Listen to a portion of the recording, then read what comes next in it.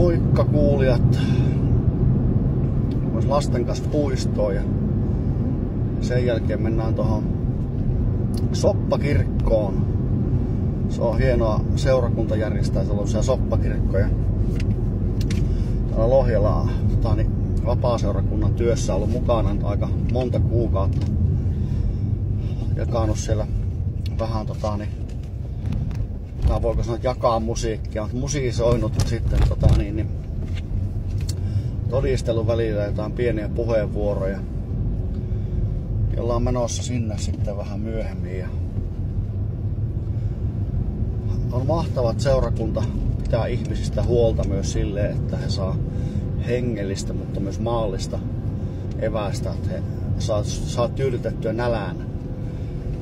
Mutta mä väitän, että jokaisella ihmisellä on sisällä myös sellainen ikään kuin hengellinen vatsalaukku, mikä kaipaa myös täytettä. Ja ainoastaan Jumalan sana on se, mikä pystyy, ja hengelliset asiat, kun ne on pyhän hengen inspiroimia, niin ne pystyy täyttämään sitä meidän hengellistä ruokalaukkua. Mun piti aloittaa eri tavalla tää, mutta sanon sen asian nyt. Tiedätkö sinä, millainen orja on paras orja? Se on sellainen orja, mikä ei tiedä olevansa orja. Ja ihmiset ajattelee usein silleen, ja itsekin ajattelen, että kun ei ole Jumalaa, niin voi tehdä mitä haluaa elämässä, että ei ole kenenkään orja. Ihmiset ajattelee, että Jumala orjuuttaa ihmisiä ja joutuu olemaan Jumalan orja.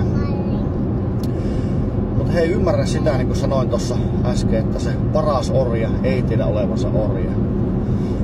He ei tiedä sitä, että kun he on syntisiä ja tekevät syntiä, että he ovat synnin orjia. Raamattu sanoo, että se, joka syntiä tekee, on synnin orja. Eli jos sä harjoit vaikka juoppoutta omassa elämässä tai huoraat tai valehtelet tai varastat, niin ehkä sä ajattelet, että se on vapautta tehdä silleen. Mutta Raamattu sanoo siellä roomalaiskirjeessä sen, että joka tekee syntiä, on synnin orja.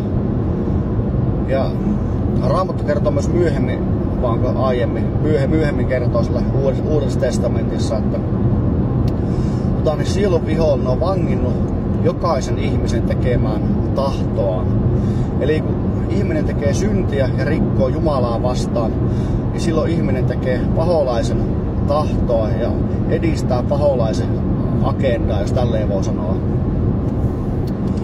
Mutta kiitos Jumalalle siitä, että hän on antanut oman poikansa Jeesuksen meidän jokaisen ihmisten syntien tähden. Ja Jeesuksessa voi saada vapautuksen syntitottumuksista ja myös siitä, että kun oma tunto painaa ja syyttää, niin oma tunto myös tulee puhtaaksi niistä tehdyistä asioista.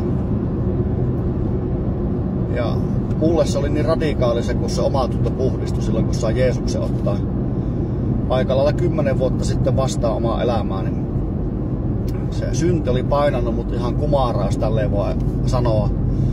Mä en ollut fyysisesti kumarassa, mutta henkisesti kumarassa. Ja, kun mä saan sen vapautuksen mun omassa tunnossa ja mun synneistä, niin tuli semmonen monta päivää olo, että mä olisin leijunnut oikeesti niin pari senttiä maan pinnasta. Se oli niin ihmeellistä, kun mikä asia ei painanut sun omaa tuntoa, mikä asia ei syyttänyt sua, että sä oot tehnyt väärin tässä, vaan kaikki oli annettu anteeksi Jeesuksen ristintyön tähden. Ja se oli aivan valtavaa. Sitten se monta kuukautta, kun tuli uskonnossa edellä sellaisessa pumpulissa, oli niin valtava hyvä olla ja on edelleenkin hyvä olla. En sitä väitä, mutta se oli semmoista oikein ensirakkautta Jeesusta kohtaan ja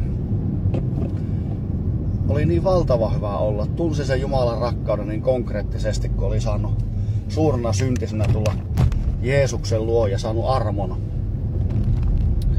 Ja me tiedetään, että ihmisetkin kykenee rakastamaan jollakin tavalla toinen toistaan, mutta niin Jumalan rakkaus on jotain paljon enemmän kuin ihmisen rakkaus. ihmisen rakkaus on semmoista, jos vois sanoa tälleen ihmisen rakkaudesta, niin se on ihan laimeata ja lällyä verrattuna siihen Jumalan rakkauteen, mitä hän osoittaa meitä kohtaan, kun tuut uskoon.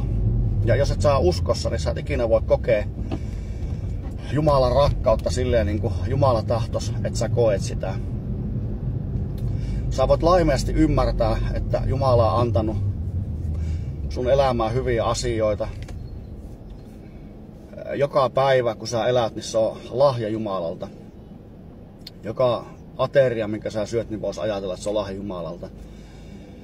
Mutta kun sä tulet uskoon, niin sä ymmärrät nämä asiat monta kertaa vahvempina omassa elämässä. Kaikki se, mitä sä saat, niin se on Jumalan lahjaa.